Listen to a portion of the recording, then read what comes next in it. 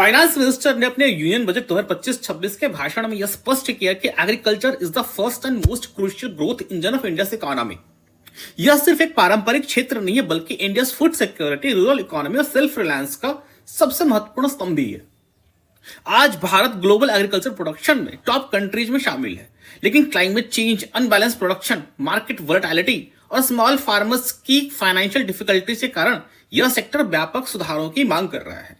इसी को ध्यान में रखते हुए बजट 2025-26 में मेजर पॉलिसी शिफ्ट और इन्वेस्टमेंट रोड मैप प्रस्तुत किया गया, जो एग्रीकल्चर को मॉडर्नाइज करने, प्रोडक्टिविटी बढ़ाने और ग्लोबल एग्री ट्रेड में इंडिया की पोजीशन को मजबूत करने के लिए तैयार किया गया है। अपने भाषण में वित्त मंत्री ने यह स्पष्ट किया कि सरकार अब एग्रीकल्चर को सिर्फ एक ट्रेडिशनल लाइवलीहुड सेक्टर नहीं मान रही, बल्कि इसे ग्लोबल कॉम्पिटिटिव सेक्टर और इकोनॉमिक ग्रोथ का प्राइमरी इंजन बनाने के लिए प्रतिबद्ध है। इसीलिए बजट 2025-26 में 11 की एग्रीकल्चरल रिफॉर्म्स की घोषणा की गई, जिनका लक्ष्य इंडियन एग्रीकल्चर को मॉडर्न, हाई प्रोडक्टिविटी और एक्सपोर्ट ओरिएंटेड बनाना है। आइए पहले देखते हैं ये 11 प्रमुख कृषि रिफॉर्म क्या क्या है जिनके बजट में घोषणा की गई। सबसे पहला है प्राइम मिनिस्टर धन धान्य कृषि योजना। अभी हम सबके बारे में डिटेल में बात करेंगे कि इन सभी स्कीम से क्या क्या पोटेंशियल है, क्या क्या हमें दिमाग में लेके चलना है कि कैसे ये स्कीम ग्राउंड रियलिटी में कन्वर्ट होंगे। एक एक करके पहले हम देख लेते हैं क्या है, फिर then we will discuss in detail. First is prime minister Dhan Dhanya Krishi Yojana. Second is building rural prosperity and resilience. Third is mission for self reliance in pulses. Fourth is comprehensive programme for vegetables and fruits. Fifth is establishment of a makhana board in Bihar. Six is national mission on high yielding seeds. Seventh, fisheries expansion and exclusive economic zones, EEZ utilization. Then next is mission for cotton productivity. Then next, enhanced credit through Kisan credit cards. Next, urea plant in Assam for fertilizer self-sufficiency. And last, India post as a rural economy catalyst. और इन सभी की agriculture reforms का मुख्य उद्देश्य Indian agriculture को technology driven, climate resilient and financially sustainable बनाना है। सरकार के इस नए दृष्टिकोण से यह स्पष्ट है कि एग्रीकल्चर अब सिर्फ ट्रेडिशनल फार्मिंग सेक्टर नहीं रहेगा, बल्कि यह एक high investment, high output, globally competitive industry बनने की ओर अग्रसर है।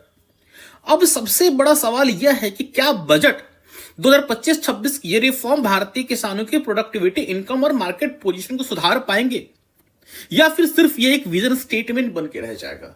क्या यह सिर्फ एक बोल बच्चन बन के रह जाएगा? चलिए इसी को हम विस्तार से समझते हैं।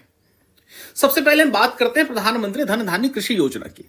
प्रधानमंत्री धन धान्य कृषि योजना, जिसका उद्देश्य 100 लो प्रोडक्टिविटी एग्रीकल्चर डिस्ट्रिक्ट्स में कृषि उत्पादन को बढ़ावा देना है। यह योजना एस्पिरेशनल डिस्ट्रिक्ट्स प्रोग्राम से प्रेरित है और यह उन जिलों पर केंद्रित है जहां की कृषि उत्पादकता यानी कि एग्रीकल्चर प्रोडक्टिविटी नेशनल एवरेज से कम है, सिंचाई सुविधाएं इनसफिशिएंट हैं और किसानों को इंस्टीट्यूशनल क्रेडिट एक्सेस नहीं मिल पाता। भारत की कृषि उत्पादकता के बारे में बात करें तो यह ग्लोबल एवरेज से 30% कम है और इसका मुख्य कारण small land holdings, traditional agricultural techniques यानी कि पारंपरिक कृषि तकनीकें और सॉइल डिग्रेडेशन प्रमुख है। इस योजना के तहत AI driven precision farming, micro irrigation subsidies और फाइनेंशियल इंक्लूजन के जरिए इन जिलों को हाई प्रोडक्टिविटी जोन्स में बदलने की कोशिश है। लेकिन इस पे समझने से पहले हमें यह समझना होगा कि यार लो एग्रीकल्चर प्रोडक्टिविटी किस तरह से हमारे यहां के एग्रीकल्चर को और हमारे किसानों को प्रभावित कर रहा है। भारत की कृषि अर्थव्यवस्था छोटे किसानों पर आधारित है। नीति आयोग 2023 की रिपोर्ट के अनुसार भारत में 86% से अधिक किसान छोटे सीमांत है, मतलब स्मॉल एंड मार्जिनल फार्मर्स है, जिनके पास 2 हेक्टेयर से कम भूमि है। और छोटे किसानों के पास ना तो आधुनिक तकनीकों की पहुंच है, ना ही इन्हें इंस्टीट्यूशनल क्रेडिट एक्सेस और लो इंटरेस्ट फाइनेंसिंग की सुविधा है, जिससे ये लो प्रोडक्टिविटी फार्मिंग में फंसे रह जाते हैं। सरकार ने 100 लो प्रोडक्टिविटी एग्रीकल्चर डिस्ट्रिक्ट्स को टारगेट किया जहां की कृषि उपज राष्ट्रीय औसत से नीचे है और इन जिलों की मुख्य समस्याएं हैं। सबसे पहला, लो क्रॉप यील्ड। इन जिलों में धान, गेहूं, दाल की पैदावार राष्ट्रीय औसत से 25 से 40% कम है। Second is the moderate cropping intensity, जहां भारत का औसत क्रॉपिंग इंटेंसिटी 140% है, लेकिन इन जिलों का जो क्रॉपिंग इंटेंसिटी है वो 110 से 120% तक की सीमित है। And third is your lack of institutional credit. इन जिलों में किसान क्रेडिट कार्ड लोन लेने के बजाय इनफॉर्मल लेंडिंग, मतलब साहूकारों से ब्याज, मनी लेंडर से ब्याज, और वो भी हाई इंटरेस्ट पे लेने के लिए मजबूर है। सो इसी चीज को ध्यान में रखते हुए हम इस पे प्रधानमंत्री धन धान्य कृषि योजना को लाया गया है। तो इस तरह से प्रधानमंत्री धन धान्य योजना 100 लो प्रोडक्टिविटी एग्रीकल्चरल डिस्ट्रिक्ट्स को आइडेंटिफाई करेगी और उन्हें टारगेट करके वहां पे इंप्रूवमेंट लाने की कोशिश करेगी। अब एक और महत्वपूर्ण पॉइंट पे आते हैं इसी से जुड़ा हुआ कि FAO food and agriculture organisation 2023 की रिपोर्ट बताती है कि भारत में पोस्ट हार्वेस्ट लॉसेस हर साल 90,000 करोड़ से अधिक पहुंच जाता है, क्योंकि किसानों को पर्याप्त मार्केट लिंकेजेस और कोल्ड स्टोरेज सुविधा नहीं मिलती। और इस योजना का लक्ष्य AI based precision agriculture, irrigation expansion और मार्केट लिंकेज रिफॉर्म्स के जरिए इन समस्याओं का समाधान करना है। अब समझते हैं कि यार एआई और प्रिसीजन फार्मिंग किस तरह से भारतीय कृषि के स्वरूप को, इसकी दिशा और दशा बदल सकती है। भारत में प्रिसीजन फार्मिंग अभी भी अपनी शुरुआती अवस्था में है, लेकिन यह भविष्य में लो प्रोडक्टिविटी फार्मिंग डिस्ट्रिक्ट्स के लिए गेम चेंजर साबित हो सकता है। इस योजना के तहत AI driven soil health monitoring और ड्रोन बेस्ड पेस्टिसाइड एप्लीकेशन को बढ़ावा दिया जाएगा। वर्ल्ड इकोनॉमिक फोरम 2022 की एक रिपोर्ट बताती है कि प्रिसीजन फार्मिंग तकनीकों से कृषि उत्पादकता में 30 से 40% तक की बढ़ोतरी हो सकती है, बशर्ते किसानों को सही ट्रेनिंग और टेक्नोलॉजी का एक्सेस मिले। सरकार ने इस योजना में AI based crop advisory system और आईओटी सेंसर्स के जोड़ने की घोषणा की है, जिससे किसानों को रियल टाइम वेदर डेटा और क्रॉप हेल्थ एनालिटिक्स मिल सके। इसी संदर्भ में एक किताब मैं मेंशन करना चाहूंगा, जूल्स प्रेटी की किताब है agriculture reconnecting people, land and nature. इस किताब में ऑथर बात करते हैं कि जिन देशों में हाई टेक प्रिसीजन एग्रीकल्चर को अपनाया है, वहां के किसानों की आय ट्रेडिशनल फार्मर की तुलना में दुगनी होती है। भारत को भी अगर अपनी लो यील्ड फार्मिंग से निकलना है तो उसे एग्रीकल्चरल एआई और रिमोट सेंसिंग टेक्नोलॉजी को तेजी से अपनाना होगा। अब हम आते हैं दूसरे, इसी के प्रधानमंत्री जन धन धान्य योजना के अंतर्गत दूसरे पॉइंट पे कि इसमें इरिगेशन की बात की गई है। सो भारत में की कृषि अर्थव्यवस्था में अभी भी भारी मात्रा में ग्राउंड वाटर का बहुत एक्सेसिव यूज होता है, जिसमें पंजाब, हरियाणा, पश्चिम उत्तर प्रदेश का जल स्तर खतरनाक रूप से नीचे गिर रहा है। सो इस योजना के तहत 30% एग्रीकल्चरल लैंड जो अभी भी बिना सिंचाई के हैं, वहां माइक्रो इरिगेशन सब्सिडीज दी जाएंगी। सो नाबार्ड की 2023 रिपोर्ट बताती है कि भारत में 60% से अधिक सिंचित भूमि अभी भी ट्रेडिशनल फ्लड इरिगेशन पर निर्भर है, जिससे वाटर वेस्टेज होता है और क्रॉप प्रोडक्टिविटी प्रभावित होती है। अगर माइक्रो इरिगेशन सिस्टम मतलब ड्रिप और स्प्रिंकलर इरिगेशन को तेजी से अपनाया जाए तो कम पानी में ज्यादा उत्पादन संभव होगा। डेविड मॉल्डन की किताब water for food, water for life बताती है कि जिन देशों ने स्मार्ट इरिगेशन सिस्टम्स अपनाए हैं, वहां 50% तक वाटर कंजर्वेशन और 25 to 30% तक यील्ड ग्रोथ देखा गया है। सो भारत ने भी इस मॉडल को सफल बनाने के लिए field level water management and smart irrigation infrastructure को तेजी से लागू करना होगा। अब इसी के अंतर्गत में आते हैं फाइनेंशियल इंक्लूजन, क्रेडिट एक्सेस में कि हम किसानों को किस तरह से इंस्टीट्यूशनल क्रेडिट से जोड़ पाएंगे। भारत में छोटे किसानों की सबसे बड़ी समस्या है सस्ता और आसान कर्ज का न मिल पाना। इस योजना के तहत 1.7 करोड़ किसानों को लो इंटरेस्ट एग्रीकल्चर लोन्स की सुविधा दी जाएगी, जिससे वे कम ब्याज दरों पे किसान क्रेडिट कार्ड से लोन प्राप्त कर सकेंगे और इनफॉर्मल लोन से बचेंगे।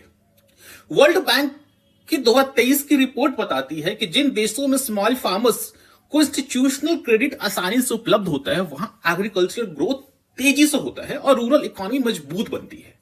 भारत में भी अगर किसानों को डिजिटल बैंकिंग और एग्री फिनटेक सॉल्यूशन से जोड़ा जाए तो इस समस्या का हल हो सकता है।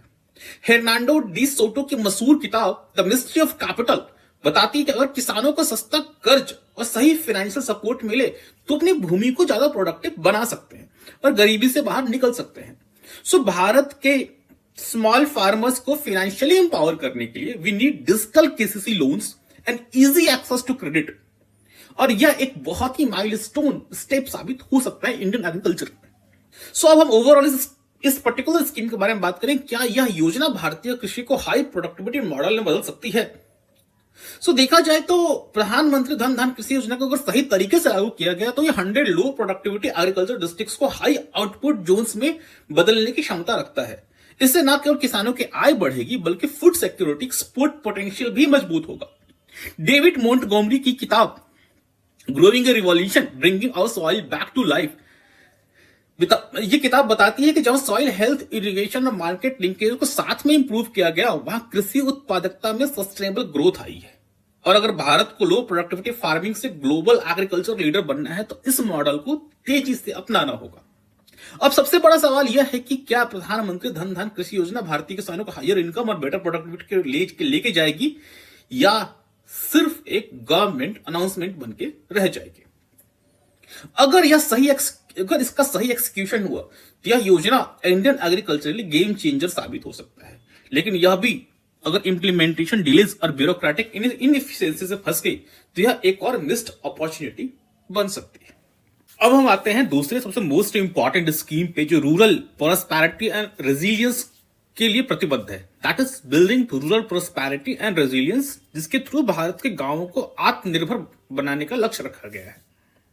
फाइनेंस मिनिस्टर ने अपने बजट में जो स्कीम लॉन्च किया दूसरा, that was the building rural prosperity and resilience, जिसका उद्देश्य गांवों में रोजगार और आय के अवसर को बढ़ाकर जो डिस्ट्रेस माइग्रेशन होता है रूरल इंडिया से अर्बन इंडिया की तरफ, मतलब ग्रामीण क्षेत्रों से शहरी क्षेत्रों की तरफ जो डिस्ट्रेस माइग्रेशन होता है, उस डिस्ट्रेस माइग्रेशन को रोकना और माइग्रेशन को ऑप्शनल बनाना, मतलब आपके पास चॉइसेस है और माइग्रेशन आपके लिए वैकल्पिक है। आपके पास गांव में भी आपके पास रोजगार के अवसर हैं और आप इससे बियॉन्ड जाना चाहते हैं या फिर कुछ नया करना चाहते हैं जो कि वहां पे अवेलेबल नहीं है तो आप शहर जाइए। लेकिन बेसिक नीड्स के लिए आपको बेसिक नीड्स को फुलफिल करने के लिए आपको शहर जाने की जरूरत नहीं है। इसको हम लोग समझेंगे विस्तार से कि किस तरह से ये स्कीम गांव के पूरे इंफ्रास्ट्रक्चर को चेंज कर सकता है, कैसे बाकी हमारे और स्कीम इसमें कैसे कॉम्प्लीमेंट्री रोल प्ले कर सकते हैं। भारत की लगभग 65% से अधिक आबादी ग्रामीण क्षेत्रों में रहती है, लेकिन रोजगार के सीमित अवसरों की वजह से अब हर साल लगभग 1 करोड़ से ज्यादा लोग शहरों की तरफ पलायन करते हैं और जिसमें से 80% मुख्यतः आर्थिक कारणों से ही शहर में जाते हैं। और वहीं पे अगर मैं बिहार, झारखंड, उत्तर प्रदेश, उड़ीसा जैसे राज्यों के बारे में बात करूं तो यहां पे यह समस्या और गंभीर है। बिहार में 64% रूरल पॉपुलेशन के पास में नॉन फार्म जॉब नहीं है, मतलब एग्रीकल्चर को छोड़ के ग्रामीण क्षेत्रों में दूसरा कोई उनके पास जॉब अपॉर्चुनिटी नहीं है, जिससे वे एग्रीकल्चरल शॉक्स और आर्थिक अस्थिरता के प्रति बेहद वल्नरेबल हो जाते हैं। और जब खेती में आय की कमी होती है या फिर जब खेती में अंडर एम्प्लॉयमेंट होता है, जहां मतलब 3 लोग काम करने चाहिए वहां पे अब 6 लोग काम कर रहे हैं फैमिली के, तो जब खेती में अंडर एम्प्लॉयमेंट होती है, फिर खेती में आय कमी होती है तो गांवों के युवा रोजगार की तलाश में शहरों के लिए रुख करने का मजबूर हो जाते हैं। इसी चीज को फोकस में रख के हम सरकार ने ये स्कीम लॉन्च किया है और इसके अंतर्गत आप अगर बजट के और भी प्रोविजंस को मिला देंगे तो यू विल सी कि सरकार ने क्या इसके अंतर्गत में करने का प्रयास किया है। पहला तो यह किया है कि नॉन फार्म एम्प्लॉयमेंट अपॉर्चुनिटी को क्रिएट करना और इसके तहत रूरल एमएसएमई, जो ग्रामीण एमएसएमई हैं, उनको डेयरी, फूड प्रोसेसिंग और हैंडीक्राफ्ट इंडस्ट्री को मजबूत करने पे जोर दिया गया है। तो इसमें जो सबसे बड़ा रोल प्ले कर सकता है वो है आपका ग्रामीण MSME, rural MSME plus SHG, जो सेल्फ हेल्प ग्रुप्स ग्रामीण रूरल लेवल पर वर्क कर रहे हैं, और इन दोनों को आपस में कन्वर्ज कर दिया जाए so they can do a very wonderful job. सबसे पहले बात करते हैं कि रूरल एमएसएमई यानी और एग्री बिजनेस स्टार्टअप्स का इंडिया में भी क्या स्टेटस है। भारत के ग्रामीण इलाकों में एमएसएमईज और एग्रो बेस्ड स्टार्टअप्स की अपार संभावना है, लेकिन उन्हें अब तक इंस्टीट्यूशनल सपोर्ट नहीं मिल पाया है। नाबार्ड की 2023 की रिपोर्ट बताती है अगर ग्रामीण एमएसएमई को सही तरीके से फाइनेंस, मार्केट लिंकेजेस और डिजिटल सपोर्ट मिले तो ये सालाना 15 से 20% तक की ग्रोथ हासिल कर सकते हैं। और इस साल के बजट में 10,000 करोड़ रुपए का फंड्स ऑफ फंड्स को स्टैब्लिश किया गया है। और इससे एग्री बिजनेस स्टार्टअप को बढ़ावा मिलेगा, जिससे फूड प्रोसेसिंग, डेयरी और रूरल हैंडीक्राफ्ट जैसे सेक्टर को प्रोत्साहन देने की योजना है। सरकार का लक्ष्य है कि इन इंडस्ट्रीज में 20 लाख नए जॉब्स क्रिएट किए जाएं, जिससे गांव में ही आर्थिक अवसर बढ़े और लोगों को शहरों के जाने के लिए मजबूर ना हो।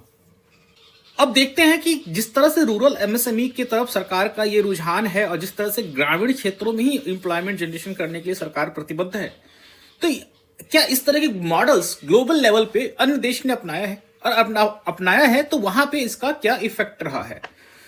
तो कई देशों ने rural MSME led growth models अपनाए और सफल रहे। सबसे इसका बेहतरीन एग्जांपल है चीन के township and village enterprises TBEs model. TBEs model में 1980s और 90s के दशक में वहां के ग्रामीण इलाकों में करोड़ों नौकरियां पैदा हुई, जिसके कारण जो शहरी प्लान इंडस्ट्रियल माइग्रेशन में भारी गिरावट आई। सो भारत ने भी इस मॉडल को अपनाने की प्रयास बात की जा रही है, तो यहां पे भी आपको सस्टेनेबल इकोनॉमिक ग्रोथ देखने को मिलेगा। इसी संदर्भ में हर्नांडो डे सोटो की मशहूर किताब द मिस्ट्री ऑफ कैपिटल बताती है कि अगर ग्रामीण अर्थव्यवस्था को सशक्त करने के लिए उचित फाइनेंसिंग, इंफ्रास्ट्रक्चर और मार्केट एक्सेस दिया जाए तो गांवों की आर्थिक स्थिति बदल सकती है। सो भारत ने भी रूरल एमएसएमई को मजबूत करके आर्थिक प्लान को रोका जा सकता है। इनफैक्ट रूरल इकोनॉमी को बूस्ट करने से रूरल डिमांड भी जनरेट होगा और कहीं ना कहीं इस बार के बजट में कंजम्पशन ड्रिवन ग्रोथ को बूस्ट करने की कोशिश की गई है, तो उससे भी इसको फायदा मिलेगा। अब दूसरा यहां पे है कि क्या हम अपने गांव में जो एमएसएमईज क्रिएट करेंगे, वहां जो प्रोडक्ट्स क्रिएट होंगे उसको हम लोग बाजार तक कैसे पहुंचाएंगे। सो गांवों के उत्पादों को बड़े बाजारों तक पहुंचाना इट्स अ बिग चैलेंज।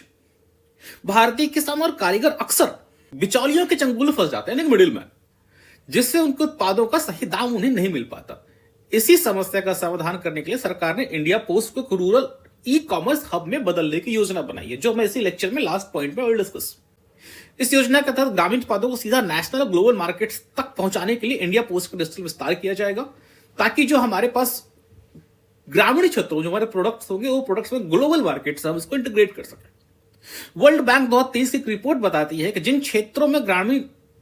देशों में ग्रामीण क्षेत्रों के लिए डिजिटल कॉमर्स इंफ्रास्ट्रक्चर विकसित किया गया है, वहां पे नॉन फार्म एम्प्लॉयमेंट और इनकम में 25 से 30% की बढ़ोतरी आई है। ठीक है, और सरकार ने अपने बजट में ही मेंशन किया है कि हम ग्लोबल बेस्ट प्रैक्टिसेस को भी इंकॉर्पोरेट करेंगे। इस संदर्भ में हमें इजराइल के किबुत्तुज मॉडल, चीन के रूरल इंडस्ट्रियलाइजेशन स्ट्रैटेजी को अपने देशों में उन्होंने बहुत ही अच्छे से इंप्लीमेंट किया है और वहां से उन्होंने उसको बहुत अच्छा रिटर्न मिला।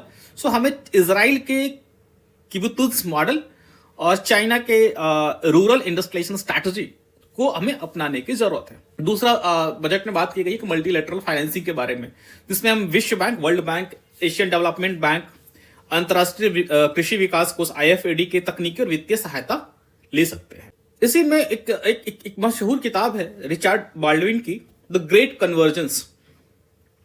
ये किताब बताती है कि टेक्नोलॉजी और डिजिटल कनेक्टिविटी ने आज की दुनिया में व्यापार की परिभाषा बदल दी है। अगर भारत गांवों को डिजिटल कनेक्टिविटी से जोड़ पाए तो रूरल माइग्रेशन तो कम किया ही किया जाएगा। इसके अलावा रूरल इकोनॉमी अपने आप में अर्बन इकोनॉमी को ओवरटेक कर सकती है। बट हाँ, ये देखने वाली बात होगी कि how this will be possible. लेकिन कुछ चैलेंजेस हैं। सबसे बड़ी समस्या यह रहेगी कि credit accessibility and infrastructure support, क्योंकि रूरल एरिया में सबसे बड़े चैलेंज इसी चीज को लेकर आती है कि हाउ वहां पे इंफ्रास्ट्रक्चर की कमी होती है शहरों की तुलना में, और क्रेडिट उतना इजिली मिल नहीं पाता। इस संदर्भ में नाबार्ड और वर्ल्ड बैंक की रिपोर्ट कहती है कि रूरल एमएसएमई को अभी भी इंडस्ट्रियल लोन्स और मार्केट एक्सेस में भारी मुश्किलों का सामना करना पड़ता है। अगर सरकार इस मिशन को सफल बनाना चाहती है तो उसे banking support, logistics development and local entrepreneurship training पे ध्यान देना होगा। और ऑल्सो जिसमें एसएचजी के बारे में बात कर रहा था, तो देखो एसएचजी का जो मॉडल है वो मॉडल लाइवलीहुड जनरेशन का था, और उस लाइवलीहुड जनरेशन से उसको माइक्रो एंटरप्रेन्योरशिप में कन्वर्ट करना itself is a big challenge. तो वहां पे हमें बहुत हर डिस्ट्रिक्ट लेवल पे we need to create a monitoring committee, we need to create a training workshop और एक स्पेशलाइज ऑफिसर हो, ठीक है, जो इनको ट्रेनिंग के थ्रू इनकी हैंड होल्डिंग कर सके। तो अगर ये योजना सही तरीके से इंप्लीमेंट हुई तो यह रोजगार सृजन से लेकर ग्रामीण विकास, आर्थिक स्थिरता की दिशा में बहुत बड़ा कदम साबित हो सकता है। गांव में जॉब क्रिएशन बढ़ेगा, डिजिटल इकोनॉमी को विस्तार मिलेगा, छोटे उद्यमियों नेशनल ग्लोबल मार्केट से जोड़कर उनकी आर्थिक स्थिति सुधारी जाएगी, प्लस स्किलिंग स्किलिंग के थ्रू उनकी बार्गेनिंग पावर को बढ़ाया जाएगा, उनकी प्रोडक्टिविटी बढ़ाई जाएगी। वुमेन और यूथ पे फोकस्ड है, this is also very very good step, ठीक है। लेकिन सबसे बड़ा चैलेंज यही रहेगा कि इस मिशन को, इस स्कीम्स को धरातल पे कैसे उतारा जाए, ठीक है। अब हम बढ़ते हैं अपने नेक्स्ट स्कीम की तरफ। So next scheme is about, finance minister ने बोला कि we are going to have mission for आत्मनिर्भरता इन पल्सेस, दाल को लेके। और इसका उद्देश्य इस मिशन का यह है कि भारत को दालों के आयात पर जो निर्भरता हमारी है उससे मुक्त करना। अब एक आंकड़े के हिसाब से भारत में हर साल लगभग 46 लाख टन दालों का आयात होता है, जो देश की कुल खपत का 25 से 30% है। यह न केवल भारत के फूड सिक्योरिटी के लिए एक बहुत बड़ी चुनौती है, बल्कि यह हमारे इंपोर्ट बिल पे भी इसका इंपैक्ट पड़ता है। दूसरा, मार्केट वोलेटिलिटी, इंटरनेशनल मार्केट में दाल के प्राइसेस को लेकर काफी वोलेटिलिटी बनी रहती है। इसका इंपैक्ट हमारे प्राइस वोलेटिलिटी इंडियन मार्केट में भी इसके अस्थिर कीमतों का हमें सामना करना पड़ता है। तो इस योजना के तहत सरकार 4 वर्षों तक नाफेड यानी कि national agricultural cooperative marketing federation और NCCF national cooperative consumers federation के जरिए गारंटीड प्रोक्यूरमेंट करेगी, जिससे किसानों को उचित मूल्य मिलेगा और बाजार में स्थिरता, मतलब प्राइस में स्टेबिलिटी बनी रहेगी। इसके अलावा क्लाइमेट रेजिलिएंट दालों की नई किस्में विकसित करने और high yielding disease resistant varieties और रिसर्च एंड डेवलपमेंट को बढ़ावा देने के लिए सरकार ने 1000 करोड़ का फंड भी घोषित किया है। सो एक बार हम जो भारत में पल्सेस का प्रोडक्शन है, एक बार उसके आंकड़ों पे नजर डालते हैं, देन हमें समझ में आएगा कि इसकी मतलब कितना इंपॉर्टेंट है। कि भारत में दालों का टोटल उत्पादन 2021-22 में लगभग 280 लाख टन था, जो कि 2023-24 में घट के 245 लाख टन पे आ गया।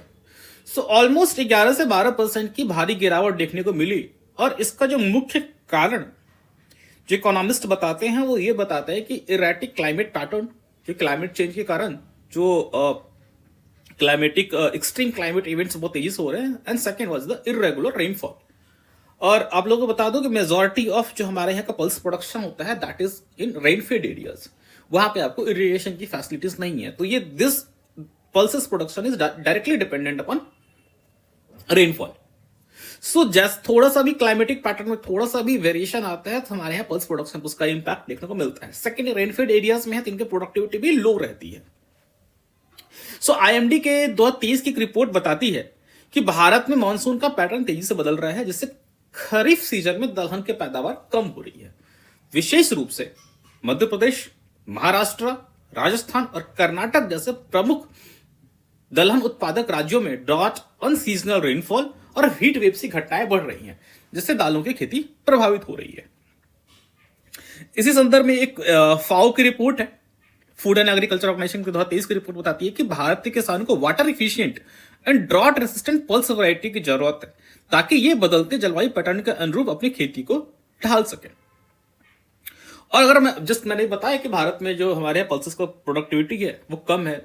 सो अगर आंकड़ों में देखें तो भारत में दालों की प्रोडक्टिविटी अब भी वैश्विक औसत से 30% कम है। Indian agriculture research institute and ICR, Indian council of agriculture research की रिपोर्ट बताती है कि भारतीय किसान अब भी ट्रेडिशनल वैरायटीज का उपयोग कर रहे हैं, जिनकी पैदावार कम है और वो बीमारियों के प्रति अधिक वल्नरेबल है। सो इस योजना के तहत जो 1000 करोड़ का बजट का allocation high yielding and disease resistance pulses के वैरायटीज के आर&डी के लिए, रिसर्च एंड डेवलपमेंट के लिए आवंटित किया गया है, definitely it's a very good step, जिससे भारतीय किसानों को उच्च उत्पादन वाली और क्लाइमेट रेजिलिएंट दालों की किस्मों को प्रोत्साहन का मौका मिलेगा। एंड इसी संदर्भ में नॉर्मन बॉर्डलो, जिन्होंने ग्रीन रेवोल्यूशन की थ्योरी दी थी, कि उनका कहना है कि जब भी किसी देश में हाई यील्डिंग वैरायटीज और एडवांस फार्मिंग प्रैक्टिसेस को बढ़ावा दिया जाता है तो वहां पे फूड प्रोडक्शन और फार्मर्स इनकम में उल्लेखनीय वृद्धि होती है। सो भारत ने ये स्टेप बिल्कुल ही सही दिशा में है, क्योंकि इसमें अब 1000 crore rupees has been invested directly on R&D of the creating high yield variety seeds, plus that should also be climate resilient. So it's a good, and apart from that this is also going to have impact on our import bill, कि भारत में दालों को जो आयात है 2024 में 53% तक बढ़ा, जिससे हमारा जो फूड इंपोर्ट बिल पे इसका डायरेक्टली हमें इंपैक्ट देखने को मिलता है। तो जब जब हमारे यहाँ पे डोमेस्टिक प्रोडक्शन गिरता है, तब तक हमारे यहाँ पे दालों की कीमत में भारी अस्थिरता देखने को मिलती है, प्राइस वोलेटिलिटी। और मिनिस्ट्री ऑफ कंज्यूमर अफेयर्स की 2023 की रिपोर्ट बताती है कि दालों की कीमतें सालाना 15 से 20% तक बढ़ती हैं। और कई बार तो ऐसा भी हुआ है कि महज एक साल में दाल की कीमत दुगनी हो गई है। और इसके पीछे कारण ये है कि भारत का जो घरेलू उत्पादन है वो मांग को पूरा करने में सक्षम नहीं है। इसका सीधा असर गरीब और मध्यम वर्ग यानी पूरे मिडिल क्लास कंज्यूमर्स पे पड़ता है, क्योंकि दालें प्रोटीन का एक महत्वपूर्ण स्रोत है। सो अगर सरकार पल्स प्रोडक्शन को बढ़ाने और सेल्फ सफिशिएंसी सुनिश्चित करने की यह योजना सही तरीके से लागू करती है, तो भारत इंपोर्ट डिपेंडेंस को 50% तक कम कर सकता है और घरेलू कीमतों को स्थिर कर सकता है। अमर सिंह की किताब है पॉवर्टी एंड फेमिन्स, जिसमें उन्होंने बात की कि किसी भी देश की खाद्य सुरक्षा, फूड सिक्योरिटी को मजबूत करने के लिए उत्पादन बढ़ाने के साथ साथ मार्केट स्टेबिलिटी और स्टेट इंटरवेंशन भी जरूरी होता है। और ये जो गवर्नमेंट का स्कीम है ये इसी मॉडल पर आधारित है। सो मार्केट स्टेबिलिटी तो इंश्योर होगा ही होगा। अब स्टेट का जो इंटरवेंशन है वो कैसे होगा कि अभी रिसेंटली अपने जस्ट अभी थोड़ा पहले देखा कि इस योजना का एक महत्वपूर्ण प्रमुख स्तंभ है, वो है आपका नाफेड और एनसीसीएफ के द्वारा दालों की गारंटीड प्रोक्योरमेंट होगी। मतलब इस गारंटीड प्रोक्योरमेंट मतलब क्या हुआ कि किसान को इस बात के एश्योर किया जाएगा कि भैया आप दाल उगाइए और आपसे दाल हम 100% खरीदेंगे। तो इससे क्या होगा, उनको पता रहेगा कि हम दाल उगाएंगे, तो किसानों को भरोसा रहेगा कि अगर दलहन उगाते हैं तो निश्चित रूप से उचित मूल्य मिलेगा। तो उनके पास एक इंसेंटिव है। और नीति आयोग की एक रिपोर्ट है 2022 की, जो रिपोर्ट ये बताती है कि भारत में 60% छोटे किसान इसलिए दलहन खेती नहीं करते क्योंकि उस पर एमएसपी नहीं है। अब आप बोलेंगे नहीं सर एमएसपी तो उस पर है, बट एमएसपी फंक्शनल नहीं है। तो अगर सरकार इस समस्याओं को दूर कर देती है तो डेफिनेटली हमारे यहाँ पे इस चीज को बढ़ावा मिलेगा। उदाहरण के लिए चीन और ब्राजील ने अपने पल्सेस सेक्टर को मजबूत करने के लिए लॉन्ग टर्म प्रोक्यूरमेंट एग्रीमेंट्स लागू किए थे, जिससे उनके किसान अधिक उत्पादक वाली दालों को अपनाने के लिए प्रेरित हुए और वहां पे उनका जो पल्स प्रोडक्शन है वो बहुत तेजी से इजाफा हुआ, प्रोडक्टिविटी और प्रोडक्शन दोनों में। सो अगर भारत भी इसी मॉडल को अपनाए तो किसान को अपनी आय बढ़ेगी और दालों के आयात पे निर्भरता कम होगी। सो इसमें समस्याएं क्या क्या आ सकती हैं? सबसे बड़ी समस्या तो सर यही है क्लाइमेट चेंज, क्योंकि मैंने आपको स्टार्टिंग में बताया कि it's an rainfed area. Pulses का प्रोडक्शन मोस्टली रेनफेड एरियाज में हो रहे हैं और आईएमडी की various report are continuously saying कि this is erratic climatic patterns are creating havoc, creating impact on the production and productivity of pulses. So first challenge will be climate change itself. Second will be water management. So pulses को water efficient बनाने के लिए micro irrigation और smart farming practices को बढ़ावा देना होगा। And second will be as usual जितनी हमारी पॉलिसीज होती हैं, that is bureaucratic bottlenecks and policy implementation gap. So अगर इन पे काम किया जाए तो definitely we can make India self sufficient in pulses. अब हम आते हैं अपने अगली स्कीम पे। जो हमारी अगली स्कीम है that is comprehensive programme for vegetables and fruits.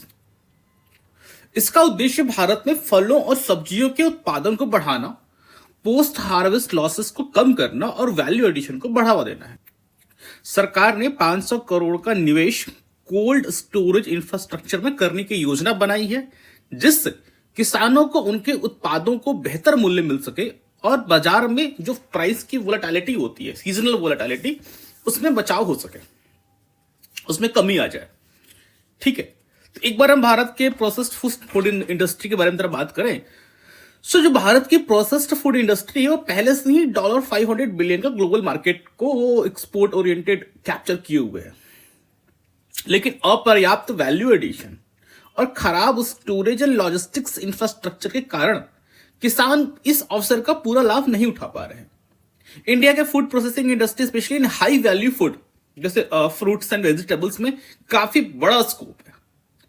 They are having very high potential to capture the global market, but because of certain issues Indian farmers are not able to capture on the global potential. So इस योजना के तहत AI based predictive pricing models, advance storage solution and export oriented growth strategies को अपनाया जाएगा, जिससे फलों और सब्जियों के वेस्टेज को कम किया जा सके और किसानों के आय में स्थिरता लाई जा सके। अगर आप पोस्ट हार्वेस्ट लॉसेस के बारे में बात करें तो भारत में हर साल 40% से अधिक फलों और सब्जियों का नुकसान पोस्ट हार्वेस्ट लॉस हो जाता है। इसका मतलब यह हुआ कि उत्पादन के बाद उनके स्टोरेज की क्षमता नहीं रहने के कारण वो या तो सड़ गल जाते हैं या फिर ट्रांसपोर्टेशन में उनका सही से रेफ्रिजरेटेड वेजल्स नहीं होने के कारण या फिर ट्रांसपोर्टेशन में उस तरह की फैसिलिटीज नहीं होने के कारण उनका वेस्टेज हो जाता है। प्लस अगर आप इमीडिएट उसको प्रोसेसिंग कर देते हैं, हमारा फ्रूट्स एंड वेजिटेबल्स का प्रोडक्शन हुआ और अपने एक रीजनेबल टाइम में 2-3 दिन के अंदर अगर इसको आपने प्रोसेस कर दिया तो उसका सेल्फ लाइफ बढ़ जाता है, उसका प्रोडक्शन का उस प्रोडक्ट का लाइफ बढ़ जाता है। बट हमारे यहाँ पे वो प्रोसेसिंग एबिलिटी भी नहीं है।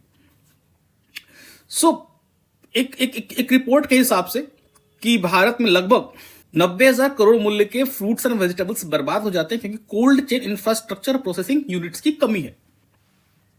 वहीं पे हम दूसरे डेवलप्ड स्टेट्स की बात करें, कंट्रीज की बात करें लाइक अमेरिका, यूरोप और चीन में भी अपने फूड प्रोसेसिंग कैपेबिलिटीज को बढ़ाकर पोस्ट हार्वेस्ट लॉसेस को 5 से 10% तक सीमित कर दिया है। उदाहरण के लिए चीन ने अपने फ्रेश प्रोड्यूस सप्लाई चेन में स्मार्ट कोल्ड स्टोरेज और एआई बेस्ड डिमांड फोरकास्टिंग को शामिल किया, जिससे वहां पे एग्री एक्सपोर्ट्स दुनिया में सबसे तेजी से बढ़ा। अगर इंडिया को भी अपने किसानों को प्राइस स्टेबिलिटी और मार्केट एक्सेस दिलाना है तो कोल्ड चेन और वैल्यू एडिशन पे निवेश बढ़ाना होगा। सो इसी बात को ध्यान में रखते हुए सरकार ने 500 करोड़ का निवेश कोल्ड स्टोरेज इंफ्रास्ट्रक्चर में करने का निर्णय लिया है, जिससे स्टोरेज कैपेसिटीज बढ़ाई जाएंगी और स्मॉल एंड मीडियम फार्मर्स को अपने उत्पादों पे अधिक समय तक सुरक्षित रखने की सुविधा मिलेगी। क्या होगा? इसका फायदा होगा उनको इनकी जो प्राइसिंग है वो प्राइसिंग उनको जो उनका मार्केट प्राइस उनको काफी अच्छा मिलेगा। क्यों? अब मैं इसको समझाता हूं। भारत में फलों सब्जियों के दाम में अक्सर आप देखेंगे बहुत वोलेटिलिटी होती है। वही टमाटर कभी 5 रुपए किलो बिक रहा होता है, वही टमाटर कभी 100 रुपए किलो हो जाता है। कभी प्याज आपको 10 रुपए किलो होता है, कभी प्याज 100 रुपए किलो हो जाता है। सो ये जो प्राइस में फ्लक्चुएशन होता है तो इसको ये मार खाता कौन है? ये मार खाते हैं दो लोग। पहले खाते हैं मार आपके फार्मर्स, जो कि जब प्राइस लो होता है उस समय अपना वो प्रोड्यूस सेल कर देते हैं। दूसरा मार खाता है कंज्यूमर, यानी कि हम और आप जिसके पास ये प्रोड्यूस आता है। फायदा कौन उठाता है? Middle man. 5 रुपए का टोमेटो आपको 100 रुपए में दिया गया, बीच में अगर सारे चीजों को जोड़ भी दिया तब भी उसको एक सिग्निफिकेंट 70-80 रुपए का बेनिफिट वो उठा रहा है। So middle man is getting benefited because of this price fluctuation. ठीक है। सो नीति आयोग, इसी संदर्भ में नीति आयोग की एक 2023 की रिपोर्ट बताती है कि भारत में लगभग 70% किसानों को सीजनल प्राइस क्रैश का सामना करना पड़ता है, क्योंकि हार्वेस्ट सीजन के दौरान मार्केट में सप्लाई अधिक हो जाती है और डिमांड तो यार उतनी ही रहेगी ना जितनी डिमांड हमेशा रहती है, पॉपुलेशन तो नहीं बढ़ जाएगी। सो इसी समस्या को हल करने के लिए AI based predictive pricing models को लागू किया जाएगा। यह model real time data analysis और डिमांड फोरकास्टिंग के जरिए किसानों को यह जानकारी देगा कि किस समय कौन सा उत्पाद बाजार में बेचना फायदेमंद होगा और किन समयों पर स्टोरेज करना बेहतर होगा। क्योंकि एक तरफ हम स्टोरेज की फैसिलिटी भी डेवलप कर रहे हैं, सेकंड हमें यह पता चल जाए कि मार्केट में सप्लाई और डिमांड का इक्विलिब्रियम कब है। So this can be done through AI. और वर्ल्ड इकोनॉमिक फोरम की 2023 की रिपोर्ट बताती है कि जिन देशों ने एआई ड्रिवन मार्केट इंटेलिजेंस को अपनाया वहां किसानों की औसत आय में 20 से 25% की वृद्धि देखी गई।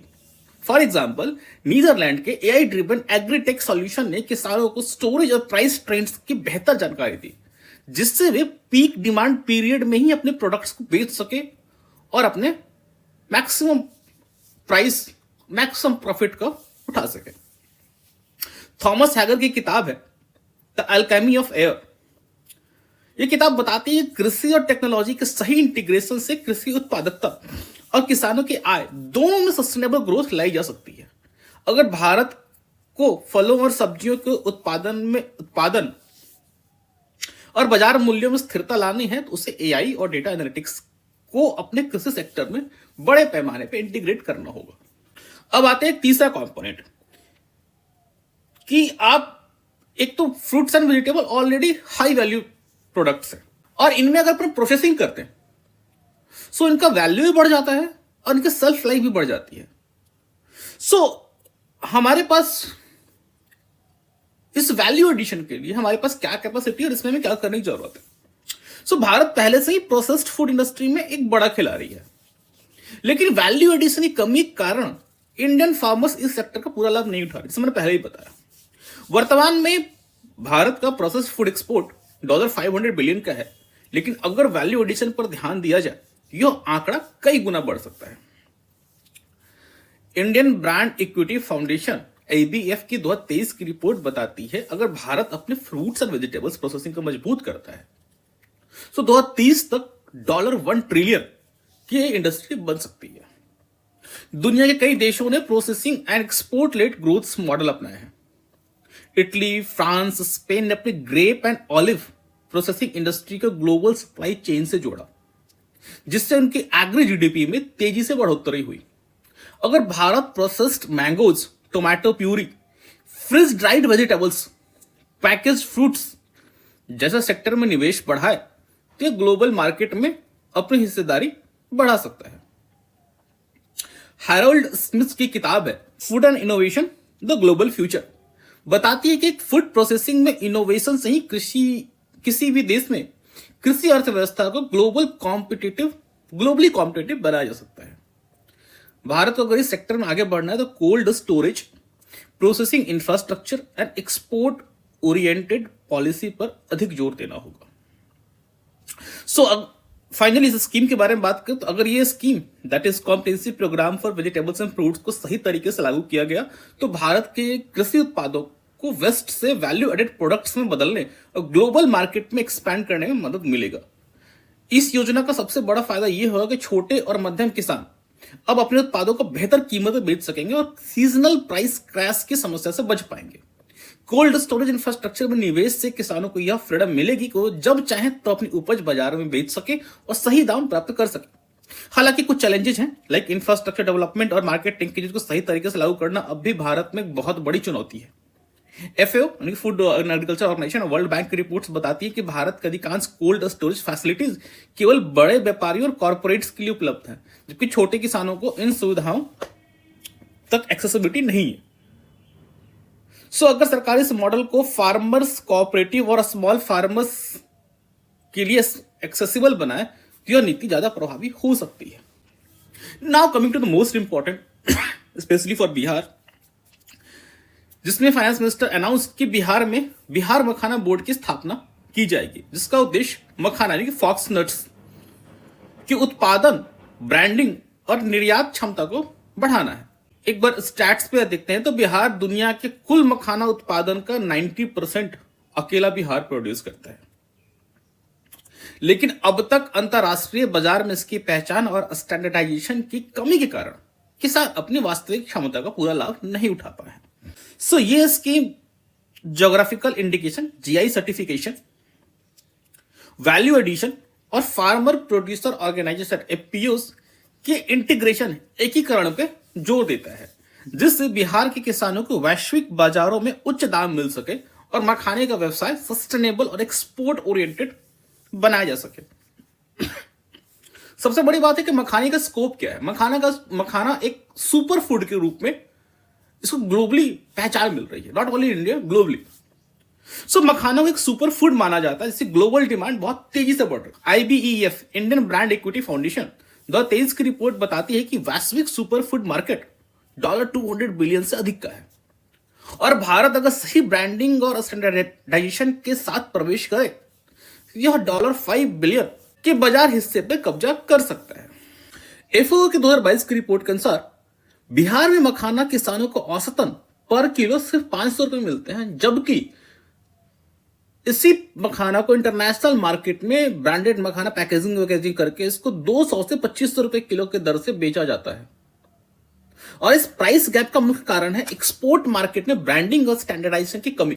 इसीलिए सरकार ने GI टैगिंग और HSN harmonise system of nomenclature code registration पे जोर दिया है, जिससे मखाना का सही मार्केट वैल्यूएशन और ग्लोबल ट्रेड रिकॉग्निशन मिल सके। आप एक टर्म आया HSN, मैं इसको एक्सप्लेन कर दूं। HSN हर प्रोडक्ट का कोड होता है, और उस जब भी आप किसी GST वगैरह या फिर एक्सपोर्ट वगैरह में हम उस प्रोडक्ट के कोड के थ्रू उसको हम वहां पे डालते हैं कि हाँ हमारा ये प्रोडक्ट है। So rather than writing exactly product की मखाना है कि मैंगो है, हम उसका HSN नंबर लिखते हैं वहां पे। सो HSN नंबर लिखने से पता चलता है कि हाँ ये सब ग्लोबल ट्रैकिंग होती है, ग्लोबली कितना हम एक्सपोर्ट कर रहे हैं, कितना इंपोर्ट कर रहे हैं। सेकंड कि इस पे कुछ कुछ बेनिफिट्स वगैरह मिलती हैं, तो वो बेनिफिट को इंटीग्रेट करने में मदद मिलता है। एक तरह समझो कि आप जैसे प्रोडक्ट का आधार नंबर है। सो अभी तक मखाने पे HSN नंबर नहीं है, जिससे मखाना का सही market valuation, global trade recognition नहीं मिल पाया है। सो GI सर्टिफिकेशन और स्टैंडर्डाइजेशन की मदद से मखाना को एक ग्लोबल स्टैंडर्ड वे में इंटीग्रेट करने की कोशिश है।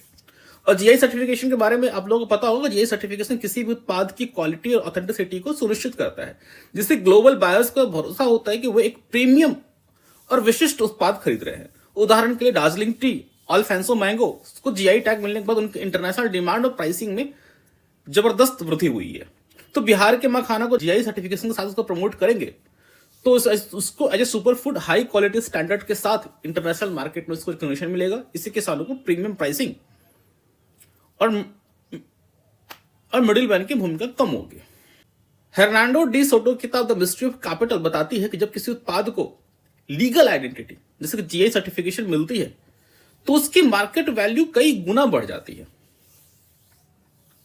सो GI टैगिंग, GI सर्टिफिकेशन और HSN कोड को तेजी से अगर लागू किया जाए तो ये हमें बहुत बड़े लेवल पे फायदा मिलेगा। एट प्रेजेंट अभी भारत का जो मखाना बाजार है वो रॉ मखाना तक सीमित है। जो बिहार के बच्चे हैं वह काफी अच्छी तरह समझ रहे होंगे, स्पेशली मिथिलांचल के बच्चे जो दरभंगा मधुबनी वाले क्षेत्र के हैं, वो रॉ मखाना तक सीमित है। जबकि प्रोसेसिंग और वैल्यू एडिशन से हाई वैल्यू स्नैक इंडस्ट्री में बदला जा सकता है, और ये काम हो भी रहा है। नीति आयोग की 2023 की रिपोर्ट बताती है कि भारत में ready to eat and healthy snacks industry में 20% की एनुअल ग्रोथ रेट देखी जा रही है, और ब्रांडेड फ्लेवर्ड मखाना इसका सबसे तेजी से बढ़ता हुआ सेगमेंट है। भारत अगर फ्लेवर्ड और वैल्यू एडेड मखाना प्रोडक्ट्स को बढ़ावा देता है तो यह पीनट बटर, आलमंड्स, क्यूनोवा जैसे प्रीमियम हेल्दी स्नैक्स कैटेगरी में ग्लोबल कंपटीशन कर सकता है। उदाहरण के लिए अमेरिका और यूरोप में फॉक्स नट्स के नाम से कई प्रीमियम ब्रांड्स मखाना स्नैक्स बेच रहे हैं, लेकिन उनमें से अधिकांश भारत से मखाना खरीद कर इसे प्रोसेस करके फिर एक्सपोर्ट कर रहे हैं। भारत अगर प्रोसेसिंग यूनिट को सीधे बिहार में स्थापित करता है तो वैल्यू एडिशन के जरिए किसानों की आय कई गुना बढ़ सकती है। अगेन मैं हैरोल्ड स्किम्स की किताब food and innovation the global future को रेफर करते एक बात कहूंगा कि उसमें ऑथर कहता है कि अगर डेवलपिंग नेशंस अपने एग्रीकल्चरल प्रोडक्ट्स को वैल्यू एडेड कैटेगरीज में कन्वर्ट कर दे तो ग्लोबल मार्केट में बड़ी हिस्सेदारी हासिल कर सकते हैं। और बिहार अगर ये मॉडल अडॉप्ट करे तो बिहार के लिए बहुत ही फायदेमंद रहेगा।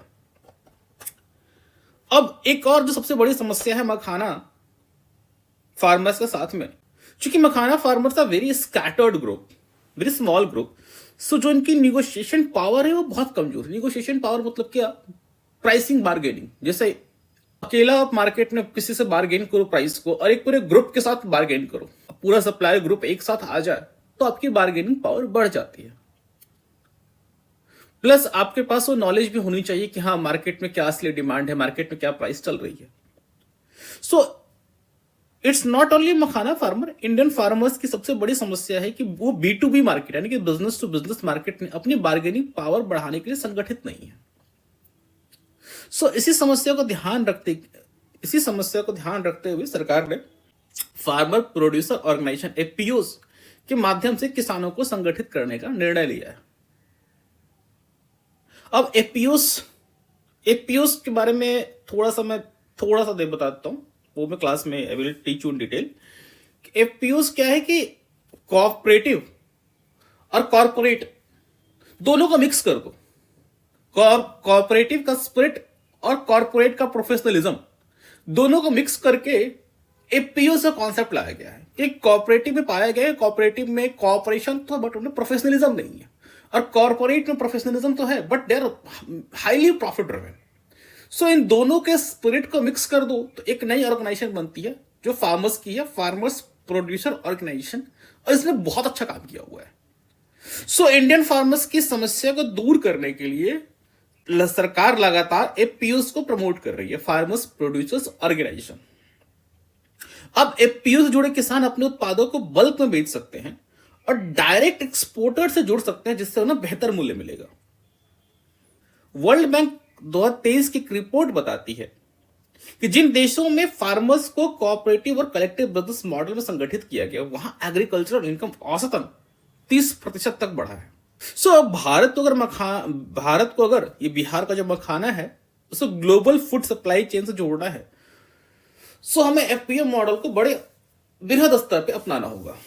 सो फाइनली द कंक्लूडिंग कि बिहार में मखाना को ग्लोबल फूड इंडस्ट्री में कितनी पॉसिबिलिटी है, ग्लोबल फूड इंडस्ट्री में स्पेशली ये सुपर फूड के रूप में कैसे इमर्ज हो।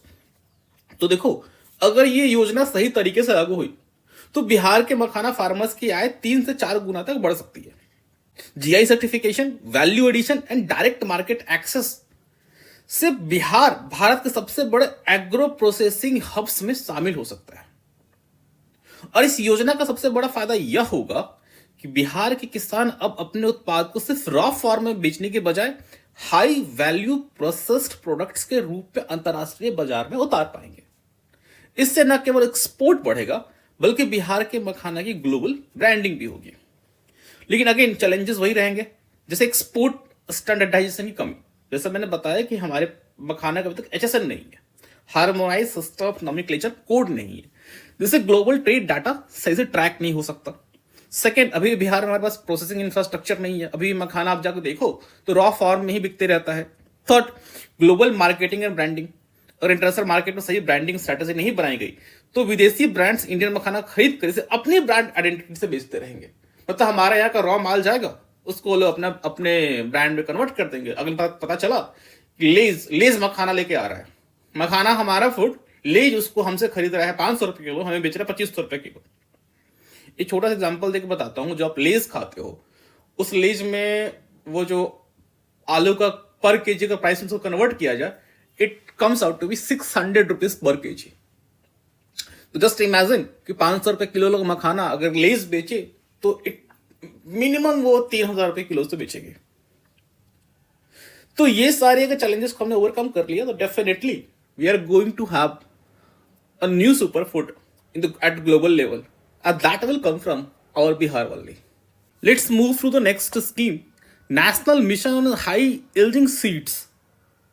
So फाइनेंस मिनिस्टर ने अपने इस बजट में national mission on high yielding seeds की घोषणा की, जिसका उद्देश्य कृषि उत्पादन को बढ़ाने, climate resilient and paste resistant यानी कि जलवायु सहिष्णु और कीट प्रतिरोधी बीजों के विकास और प्रसार को बढ़ावा देना है।